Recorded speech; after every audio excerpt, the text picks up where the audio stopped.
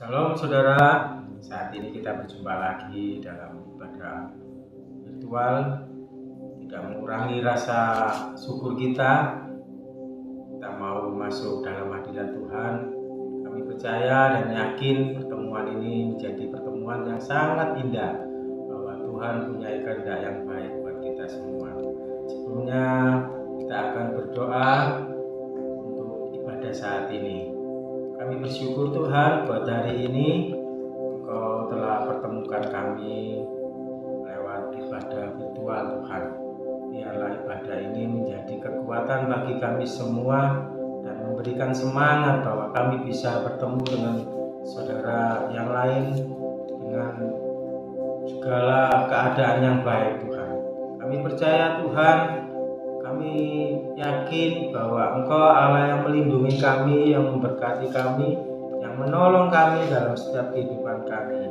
Biarlah Tuhan ibadah ini menjadi berkat bagi kami semua, baik yang melayani dan juga yang dilayani.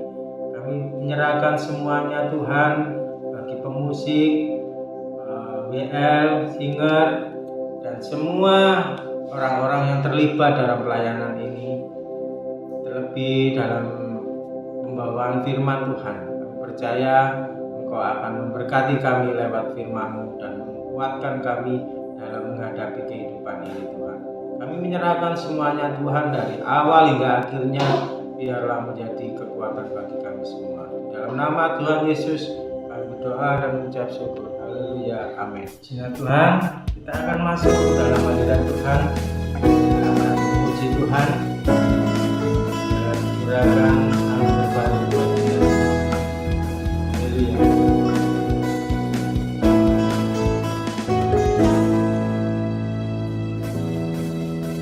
Masuk ke dalam hadirat Tuhan dengan nyanyian baru, membawa korban ucapan syukur bagi Raja, memuji, menyembah, berdoa, menari, melompat bagi Tuhan. Anggur baru dicurahkan, berkatnya dilimpahkan bagi mereka yang mengasihi Dia. Damai sejahtera Dia berikan, sukacita ku dapatkan, sebab Engkau adalah sumber segalanya.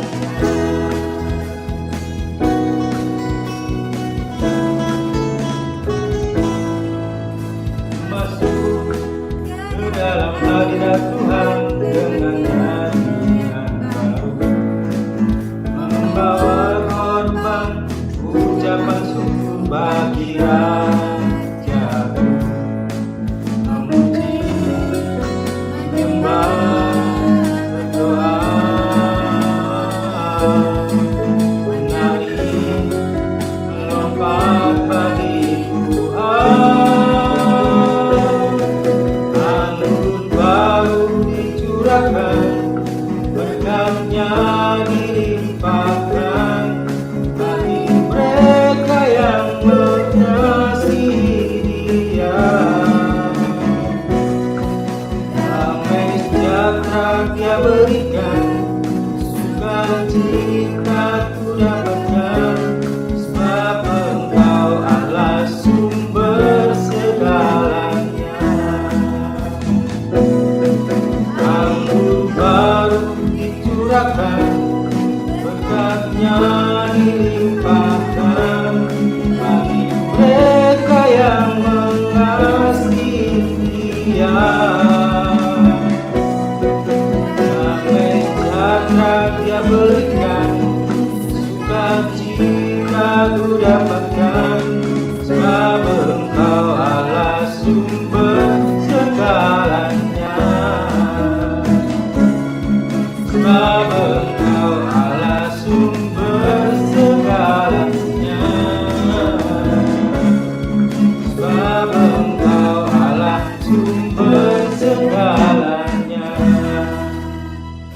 Tuhan, kita akan masuk dalam hadirat Tuhan lebih lagi mendengarkan firman Tuhan. Dan kita mengucapkan pujian Engkau yang selalu setia untuk kami.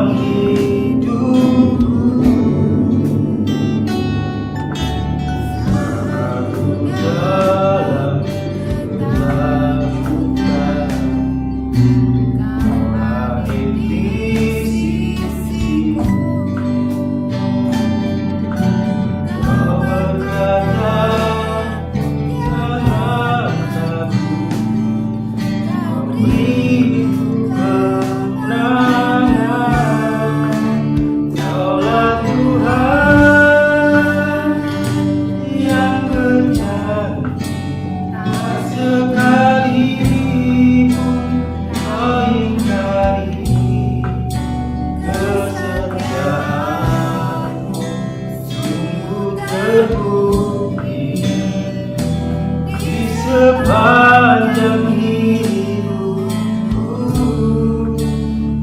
selamanya Tuhan setia melayani, mengasihi. Tiada Tuhan seperti-Mu, Yesus.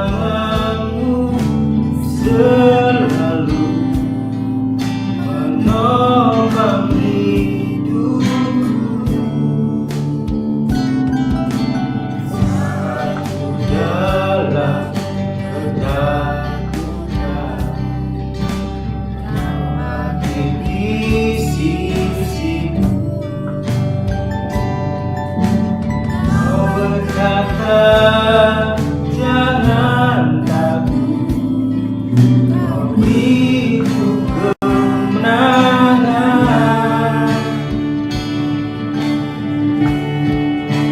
Kaulah Tuhan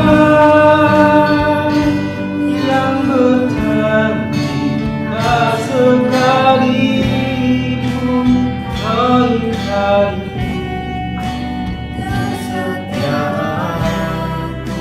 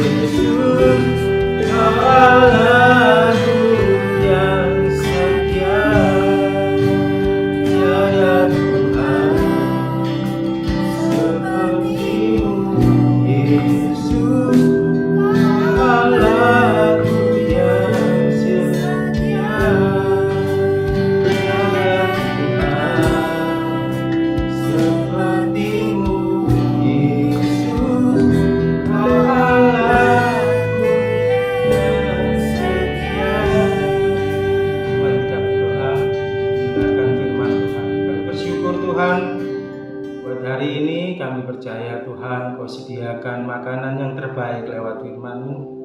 Kami percayakan kepada hamba-Mu yang akan menyampaikan firman-Mu.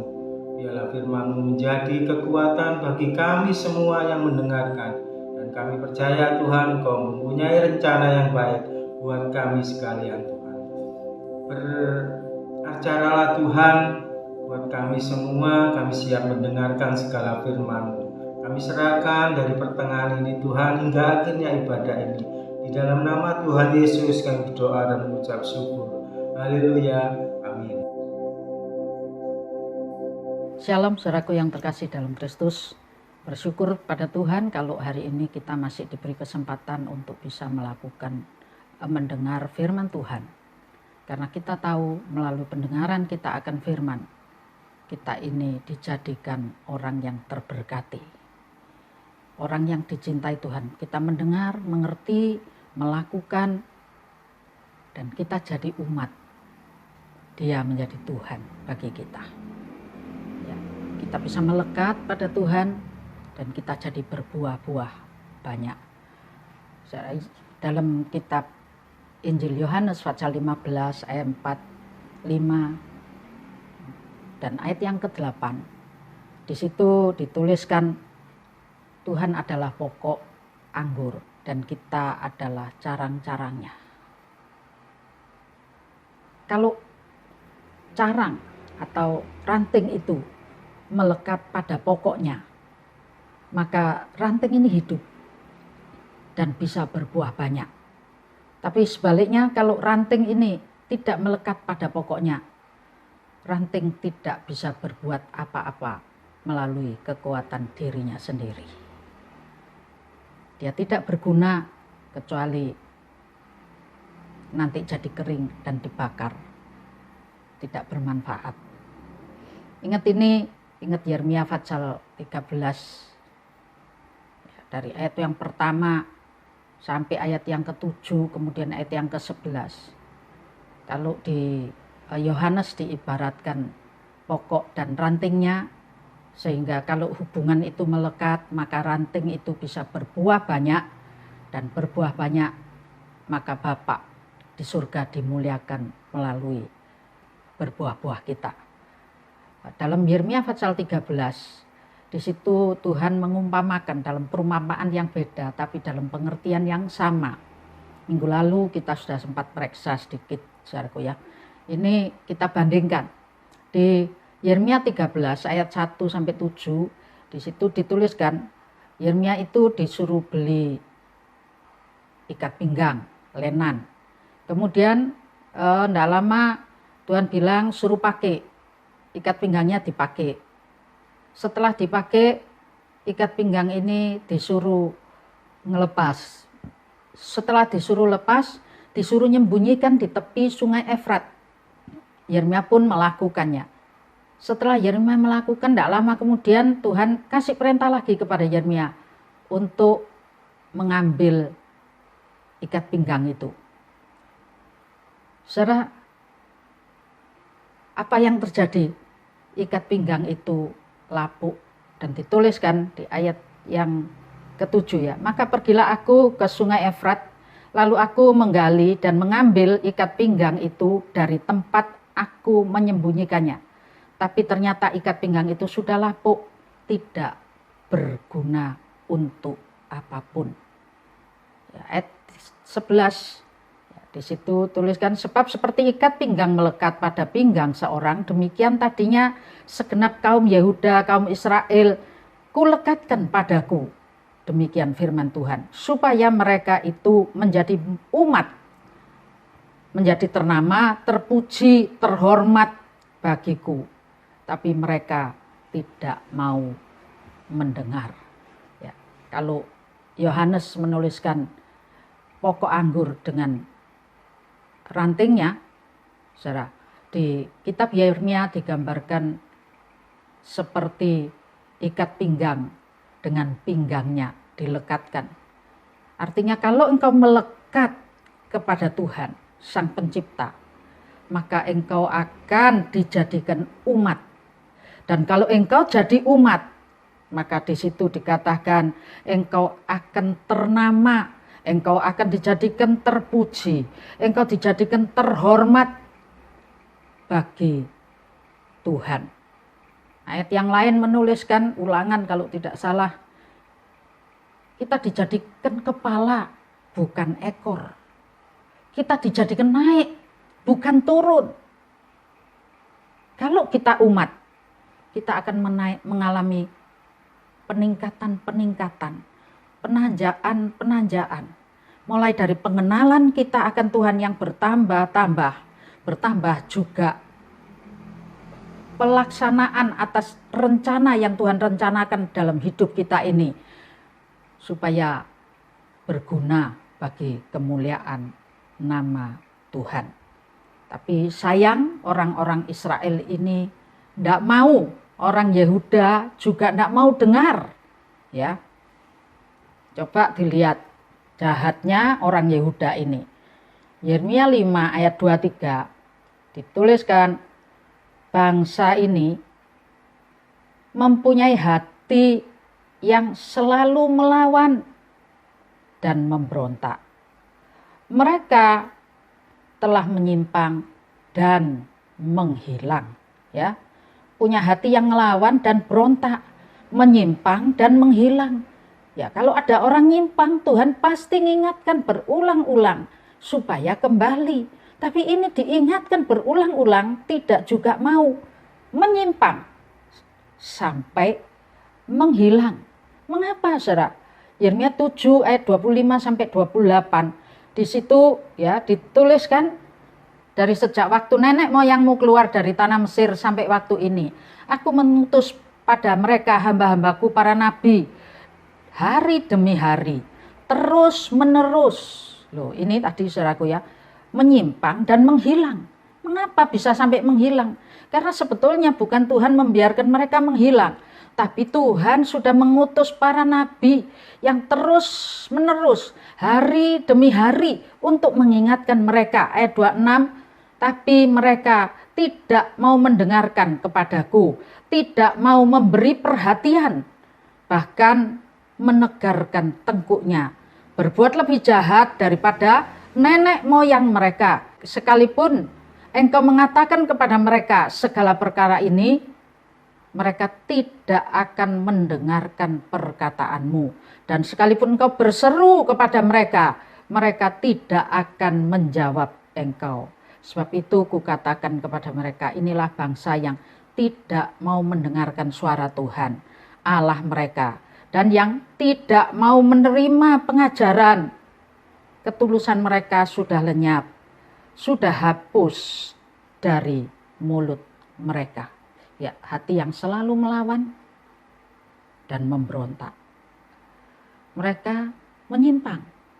Tapi ketika Tuhan dengan sabarnya berkali-kali, berhari-hari, dari waktu-waktu ke waktu, berulang-ulang mengingatkan mereka. Ayat 26 katakan, mereka tidak mau memberikan perhatian. Mereka tidak mau mendengar. Bahkan mereka menegarkan tengkuknya untuk berbuat lebih jahat dari nenek moyang mereka. Luar biasa, saudaraku. Jadi dari generasi ke generasi tambah jahat lagi, tambah jahat lagi. Memang Alkitab Wahyu 22 ayat 11 katakan, yang jahat akan bertambah jahat. Tapi biarlah yang baik bertambah baik. Ini nggak mau jadi umat. Nah, cirinya umat itu apa? Kalau siapa yang tidak ingin berbuah banyak, siapa yang tidak ingin jadi berguna, jadi kebanggaan Tuhan. Kitab The Message dalam Yeremia pasal 13 ayat 11 katakan, kita dijadikan umat kebanggaan, umat kesayangan yang Tuhan mempertontonkan keberhasilan kita, perlindungan Tuhan atas kita, pembelaan, pertolongan Tuhan atas kita itu dipertontonkan kepada seluruh dunia. Supaya dunia tahu bahwa Tuhan itu yang kita sembah adalah luar biasa. Tapi dikatakan tadi, Israel dan Yehuda tidak mau. Anda termasuk yang tidak mau? Saya yakin ketika ini diberitakan, Anda pasti mengambil sikap, aku mau jadi yang berguna, aku mau jadi umat, aku mau Tuhan, supaya aku mau. Maka saudaraku, kita ini harus jadi umat, harus jadi umat. Untuk bisa jadi umat, untuk bisa jadi umat, untuk bisa disebut sebagai umat, ada beberapa tanda. Ya, Yeremia 24 ayat 7. Situ katakan umat Tuhan itu punya hati untuk mengenal Tuhannya. Umat Tuhan punya hati untuk mengenal Tuhannya. Bahkan lebih daripada itu, punya niat hati yang sungguh-sungguh untuk mau bertobat. Jadi kalau Israel sudah berbuat salah, berbuat dosa, memang zaman Yeremia ini Israel lagi murtad, membelakangi Tuhan. Di bawah kepemimpinan Raja Yoyakin, Raja Sedekia, saudaraku, orang-orang Israel membelakangi Tuhannya. Itu sebabnya Tuhan mengajukan keberatannya. Dan kalau mereka mau mendengar suara Tuhan, kalau mereka masih kenal kepada Tuhannya, mereka pasti dengar suara Tuhan. Dan kalau mereka dengar suara Tuhan, tidak cukup. Mereka harus punya hati yang punya niat untuk bertobat. Kita sadar kemampuan kita ini terbatas. Rasul Paulus katakan, seringkali kita ini, aku ingin melakukan yang baik, tapi yang tidak baik yang aku lakukan. Karena di dalam diriku ada hukum dosa. Manusia kita ini seringkali mempunyai kecondongan untuk balik berbuat dosa, balik berbuat salah, seperti babi kembali ke kubangan, anjing kembali ke muntahnya, saudaraku. Tapi Tuhan tidak pernah membiarkan kita terjerembab kembali dalam dosa. Yeskil pasal 36 ayat 27, di situ katakan Tuhan, ya kita baca, rohku akan kuberikan diam di dalam hatimu, dan aku akan membuat kamu hidup menurut segala ketetapanku, tetap berpegang pada peraturan-peraturanku dan melakukannya. Asal kita mau mengenal Tuhan, mau mendengarkan, memberikan perhatian pada firman Tuhan, ya, mau punya niat hati yang mau bertobat kepada Tuhan dengan sungguh-sungguh. Walau kemampuan kita terbatas, Tuhan tidak pernah membiarkan kita sendiri. Saudara, Yeskil 36 ayat 27 di situ katakan Tuhan akan mengutus rohnya yang kudus untuk diam di dalam kita, sehingga bukan karena kuat dan gagah kita bisa melakukan kebenaran, kita bisa bertobat, kita bisa kembali pada pengenalan yang benar kepada Allah. Tapi dikatakan Tuhan akan membuat kita ini, memampukan kita ini hidup dalam segala ketetapan dan tetap berpegang pada peraturan serta melakukannya. Kalau hari-hari ini mungkin Anda sedang hidup dalam dosa, dan kadang-kadang saudaraku, dosa itu susah untuk dilepaskan. Mungkin Anda sedang putus asa karena sudah mau jadi baik, tapi seperti apa yang dikatakan Rasul Paulus, ketidakbaikan itu terus muncul. Undang dan izinkan roh Tuhan masuk, tinggal dalam hatimu dan hidupmu. Maka saudara, Yeremia 31 ayat 33, di situ katakan firman Tuhan itu ya akan terukir, akan tertoreh dalam batin kita, sehingga kita selalu bisa ingat, selalu bisa berpegang pada perintah Tuhan dan dimampukannya. Kalau hati ini sudah diukir. Minggu lalu kita lihat tentang bagaimana Tuhan mengukir kita di telapak tangannya.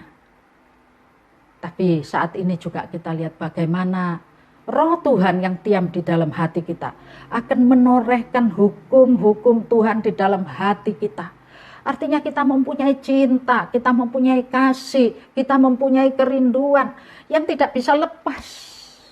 Tidak bisa lepas.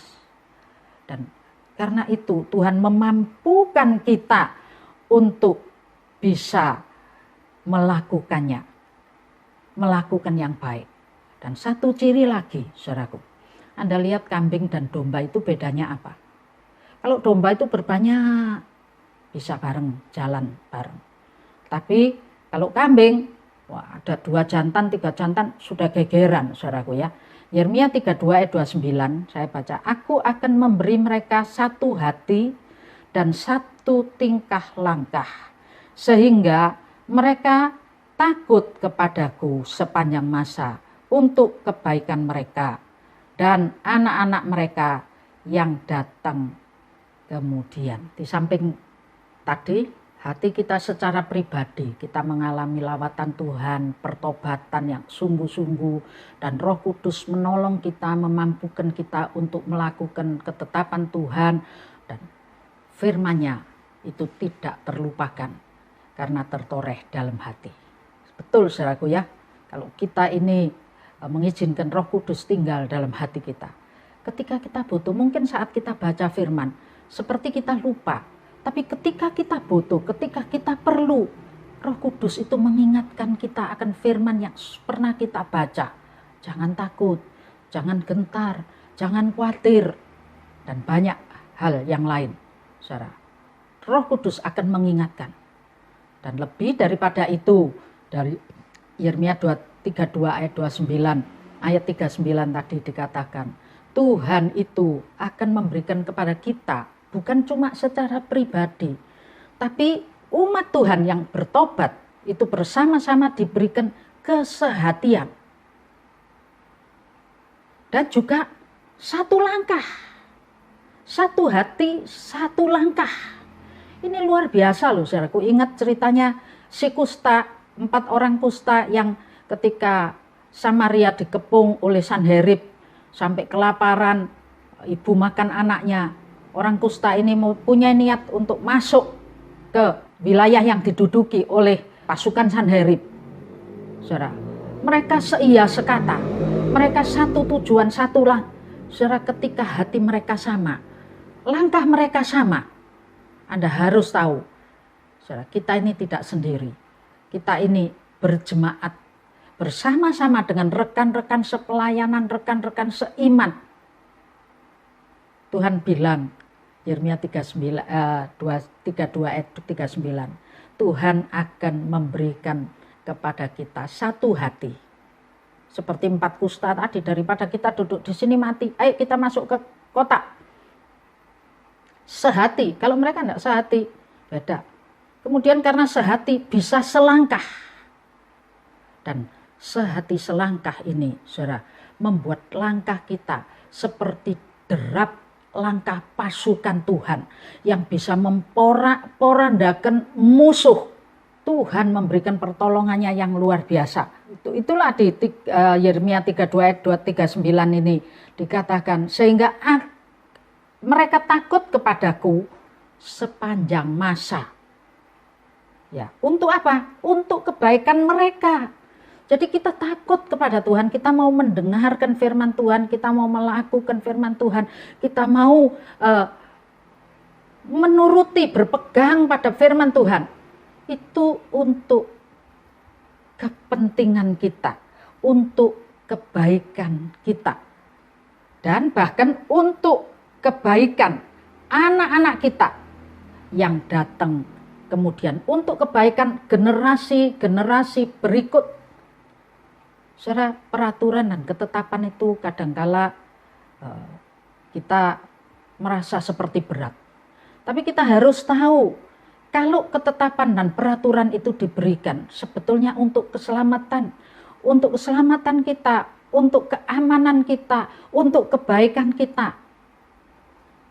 Saudara lihat di Jalan Tumapel, Jalan Tumapel yang peraturannya terus dirubah-rubah. Sekarang mungkin sudah enggak, saudaraku ya.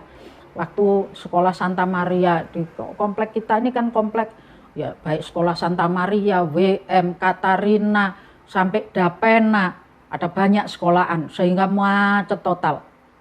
Saudara, di Tumapel itu ada satu periode dipasang verboden merah yang strip putih. Kemudian tidak lama dicabut. Kemudian dipasang lagi, dikasih jam berapa sampai jam berapa. Saudara, peraturan itu, verboden, tanda verboden itu diberikan, dipasang di sana. Sebetulnya untuk kepentingannya siapa? Ya untuk kepentingan kita lah. Supaya apa? Supaya tidak macet, supaya tidak kecelakaan. Saya pernah waktu verboden itu dicabut, saudaraku. Saya jalan dari Jalan Mojopahit masuk ke lewat Tumapel menuju ke Jalan Bintoro. Karena saya janji ketemu sama salah seorang wartawan dari salah satu media yang nunggu di klinik. Anda tahu setelah masuk, waduh, dari klinik itu kurang lebih tinggal sisa ya paling 150 meter. Macet total, saya 1,5 jam berhenti di sana. Kita tidak mungkin tinggal mobil. Ya, saya tinggal jalan aja mesti lebih cepat.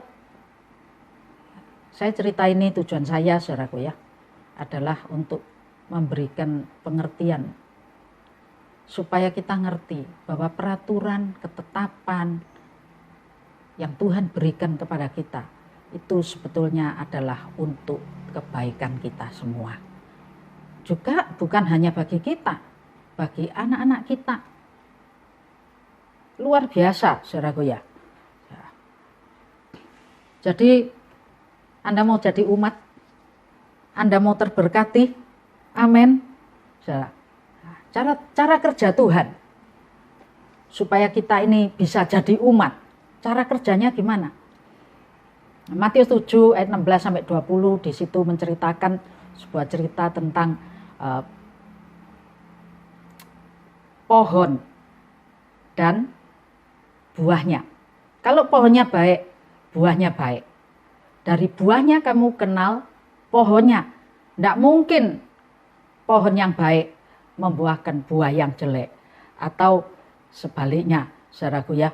Jadi Anda tahu dari dalam dari pohonnya akan keluar buahnya. Tuhan itu akan selalu bekerja tadi dari hati keluar. Dari perbendaharaan hati yang baik akan keluar kata-kata yang baik.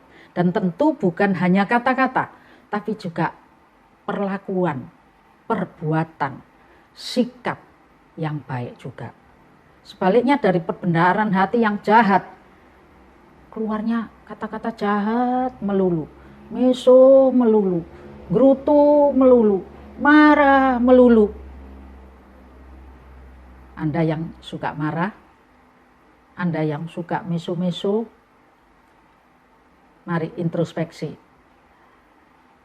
Saudaraku, hati ini ada apanya? Sudahkah Anda izinkan Roh Kudus untuk tinggal, berdiam dalam hati? Sehingga Roh Kudus inilah yang memampukan kita untuk mengingat perintah-perintah Tuhan. Dan kita boleh melakukan firman Tuhan. Ingat saudaraku, kesabaran Tuhan itu ada batasnya. Jangan meremehkan kemurahan Tuhan, menganggap murah, menganggap remeh kemurahan Tuhan. Bangsa Israel kala itu mungkin menganggap murah. Berbuat dosa diampuni, berbuat dosa diampuni, berbuat dosa diampuni. Saudaraku, sampai era Yeremia ini sudah diingatkan di Fatsal-Fatsal awal, Tuhan pakai Yeremia untuk mengingatkan supaya Israel ini bisa kembali kepada Tuhan seperti sabuk yang ikat pinggang yang melekat pada pinggangnya. Tapi mereka cuek.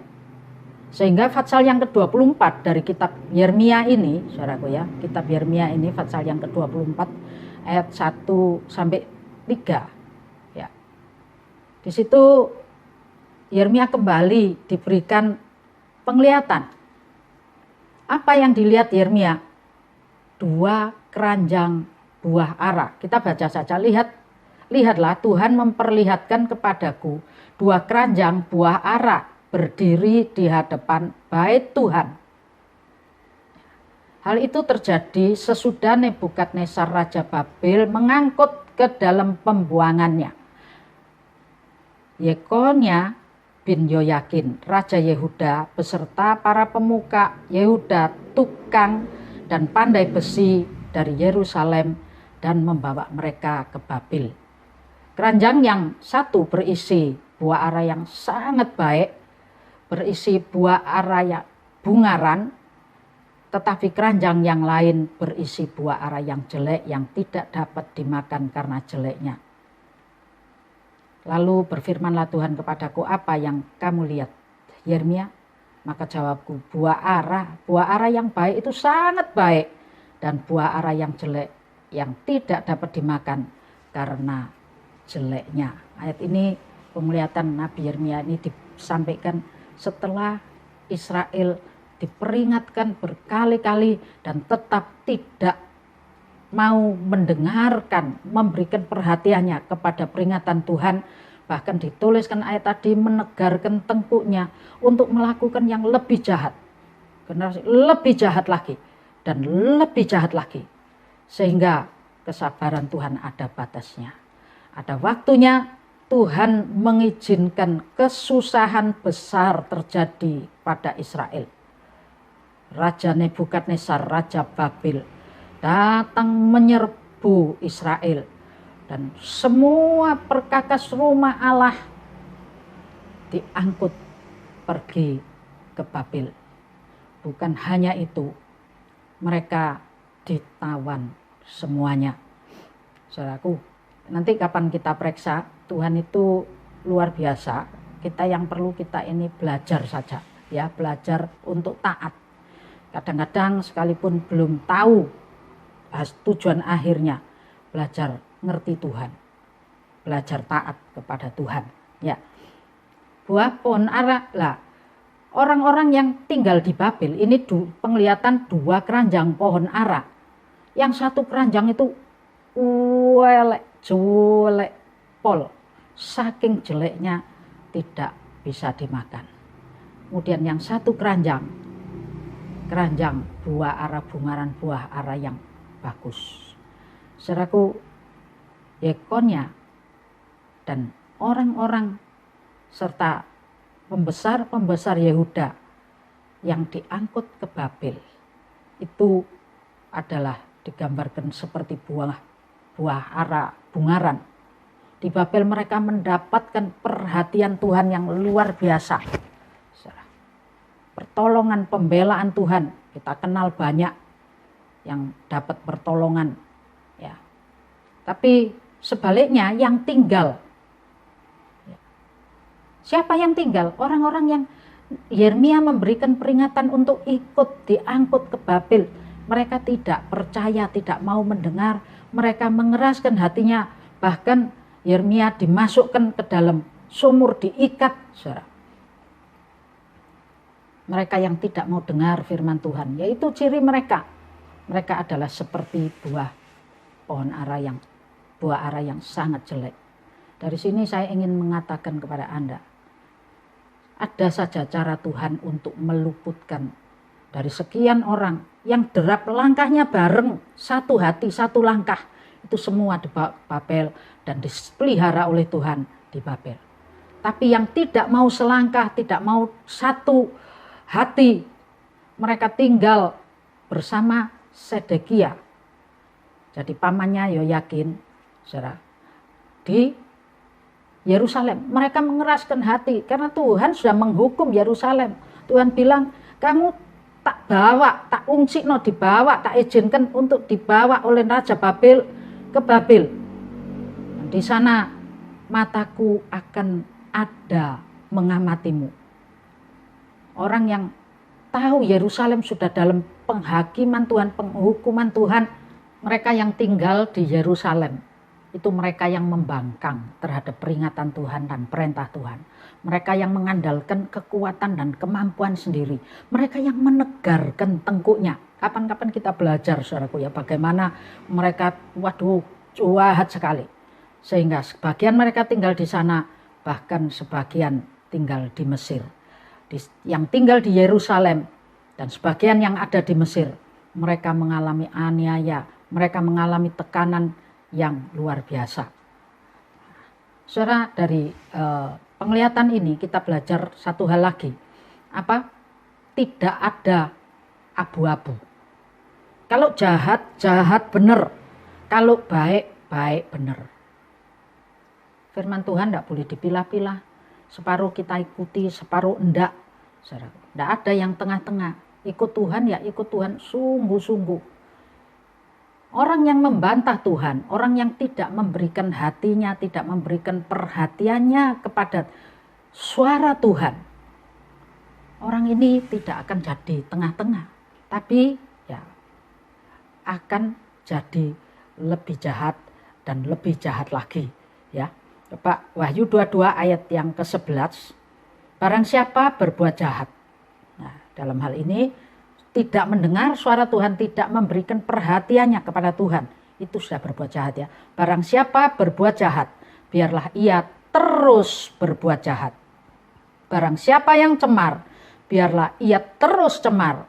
Dan barang siapa yang benar, biarlah ia terus berbuat kebenaran. Barang siapa yang kudus, biarlah ia terus menguduskan dirinya. Dalam terjemahan The Message, biarlah para pelaku kejahatan melakukan yang terburuk dan yang berpikiran kotor habis-habisan dalam pencemaran. Tapi biarlah orang-orang benar mempertahankan jalan yang lurus dan orang-orang yang suci terus hidup dalam kekudusannya. Jadi saudaraku, kalau kita ini mau jadi umat, biarlah kita ini mau benar-benar mempertahankan jalan yang lurus. Dan betul-betul terus hidup di dalam kekudusan. 2 Timotius 3 ayat 12. Ya. Ayat 12, memang setiap orang yang mau hidup beribadah di dalam Kristus Yesus akan menderita aniaya. 13, sedangkan orang jahat dan penipu akan bertambah jahat. Mereka menyesatkan dan disesatkan. Tapi hendaklah engkau tetap berpegang kepada kebenaran yang telah engkau terima dan engkau yakini dengan selalu mengingat orang yang telah mengajarkannya kepadamu. Betul, saudara ya? Jadi orang yang hendak beribadah kepada Tuhan dengan sungguh-sungguh itu memang mengalami aniaya. Tapi sebaliknya orang yang berbuat punya niat jahat, penipu, dia akan bertambah jahat. Bagaimana bertambah jahat? Di situ dikatakan menyesatkan dan disesatkan. Orang-orang yang tinggal di Yerusalem, saudaraku, menulis surat palsu dan lain sebagainya, mereka bisa kompromi, menyesatkan, saling menyesatkan, dan saling disesatkan juga. Mereka menyesatkan dan disesatkan. Dampaknya mereka tambah jahat, tambah jahat, tambah jahat. Sehingga hancur lebur orang Israel dan Yehuda yang tinggal di Yerusalem. Sementara yang Tuhan sendirikan di Babel itu mengalami pemeliharaan Tuhan. Itu orang-orang pilihan yang mau taat. Tidak masuk akal memang. Tapi mereka menerima bahwa Yerusalem sedang dihukum. Mereka mau dengar suara Tuhan untuk dipisahkan. Mereka sehati, selangkah. Dan di Babel pun mereka memuliakan nama Tuhan. Sementara orang-orang yang tinggal di Yerusalem, Yerusalem yang tadinya adalah kota Allah yang kudus. Ya, Yeremia 3 ayat 17. Pada waktu itu Yerusalem disebut tahta Tuhan. Segala bangsa akan berkumpul ke sana demi nama Tuhan. Ke Yerusalem, mereka tidak lagi akan bertingkah langkah menurut kedegilan hatinya yang jahat. Tadinya Yerusalem disebut tahta Tuhan. Tapi pada saat kesabaran Tuhan sudah berakhir, sudah habis. Pada saat orang Israel membelakangi Tuhan, diingatkan secara terus-menerus, diingatkan tiap hari, berganti-ganti nabi yang mengingatkannya. Mereka tetap tidak mau memberikan perhatian. Mereka jiwanya melawan, memberontak, bahkan menegarkan tengkuknya. Akhirnya Yerusalem jadi reruntuhan. Yerusalem hancur lebur. Saudara, sampai hari ini kita masih dengar cerita sejarah tentang Yerusalem. Bagaimana ketika hancur. Mengapa saat-saat ini ada yang banyak yang ngeklaim bahwa Yerusalem itu adalah milik daripada bangsa lain. Karena waktu itu, waktu pembuangan. Yerusalem bukan lagi jadi kota Allah, tahta Allah, tapi Yerusalem jadi reruntuhan. Di mana kota yang mengerikan. Orang mendengar saja jadi ngeri. Saudara. Memang yang jahat akan semakin jahat. Saudara. Tidak ada yang tengah-tengah. Hati-hati dari umat itu. Sama, buah arahnya sama. Tapi ada arah yang baik. Tapi ada arah yang jelek sekali. Ingat itu, ingat ceritanya perumpamaan di Matius 25 ya. Tuhan yang pergi, hal kerajaan surga Tuhan yang pergi. Hamba-hambanya diberi kepercayaan 5 talenta, 2 talenta, dan 1 talenta. Kepada yang 2 talenta dikerjakan dengan baik. Hasilnya 100 kali ganda.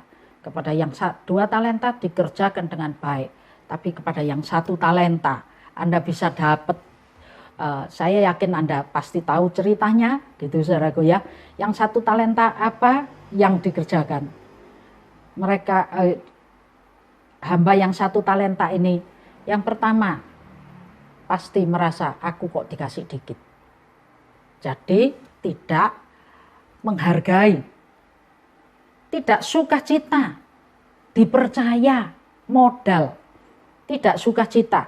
Ya. Terus karena tidak sukacita, orang lain kok dikasih banyak, aku kok sedikit, gitu ya, jengkel hatinya. Setelah jengkel jadi berawal dari sedikit, tapi tambah lama tambah jahat, tambah jahat gitu saudaraku ya. Dari awal mereka orang yang bawa 1 talenta ini tidak puas. Berawal dari sedikit, tidak puas. Kemudian tidak sukacita. Mereka, orang ini iri, orang ini marah. Lalu membungkus talentanya dalam sapu tangan. Tidak mengerjakannya. Aku kok mau percaya cuma 1 talenta. Dibungkus saudaraku ya. Dan ketika tuannya datang, ditanya apa yang dikatakan dia. Menuduh tuannya jahat. Coba dibaca saja yang ini saudaraku ya. Matius 25 ayat yang ke-24. Kini datanglah juga hamba yang menerima 1 talenta itu. Berkata, Tuan, aku tahu bahwa Tuan adalah satu manusia kejam yang menuai di tempat di mana Tuan tidak menabur, yang memungut di tempat di mana Tuan tidak menanam. Waduh, jahatnya kata-katanya saudaraku ya. Dia merasa hidupnya itu punya siapa? 25, karena itu aku takut dan pergi menyembunyikan talenta Tuhan itu di dalam tanah. Ini tak kembalikan, terimalah punyamu. Ayat 26, maka jawab tuannya itu, hai kamu hamba yang jahat dan malas. Jadi kamu sudah tahu bahwa aku menuai di tempat di mana aku tidak menabur dan memungut di mana aku tidak menanam. Karena itu sudahlah seharusnya uangku itu kau berikan kepada orang yang menjalankan uang, supaya sekembaliku aku menerima serta dengan bunganya. Sebab itu ambillah talenta itu daripadanya. Berikanlah kepada orang yang mempunyai 10 talenta itu. Karena setiap orang yang mempunyai kepadanya akan diberi. Sehingga ia berkelimpahan. Tapi siapa yang tidak mempunyai apapun juga, yang ada padanya akan diambil daripadanya. Dan camkanlah hamba yang tidak berguna itu, ya, campakkanlah hamba yang tidak berguna itu ke dalam kegelapan yang paling gelap. Di sanalah akan terdapat ratap dan kertak gigi.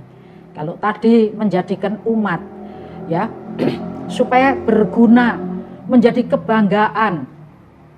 Ini saudaraku, yang 10 menjadi yang 5 jadi 10, menjadi umat, menjadi kebanggaan, kepadanya ditambah-tambahkan lagi oleh Tuhan.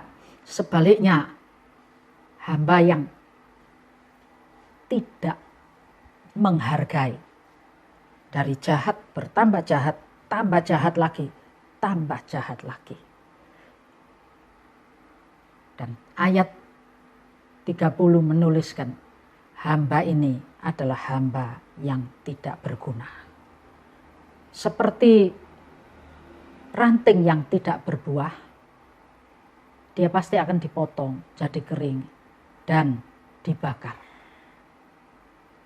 Seperti ikat pinggang yang tidak melekat, tidak berguna, akhirnya jadi lapuk, tidak berguna sama sekali. Barang lapuk pasti dibuang dan dibakar. Demikian juga anak-anak Tuhan yang tidak tahu menghargai kemurahan Tuhan, anugerah Tuhan, tidak mau memberikan telinganya untuk mendengar. Hari-hari ini Tuhan berseru, mari datang, mendekat, berbalik, jangan menghilang. Maka orang ini jadi tidak berguna.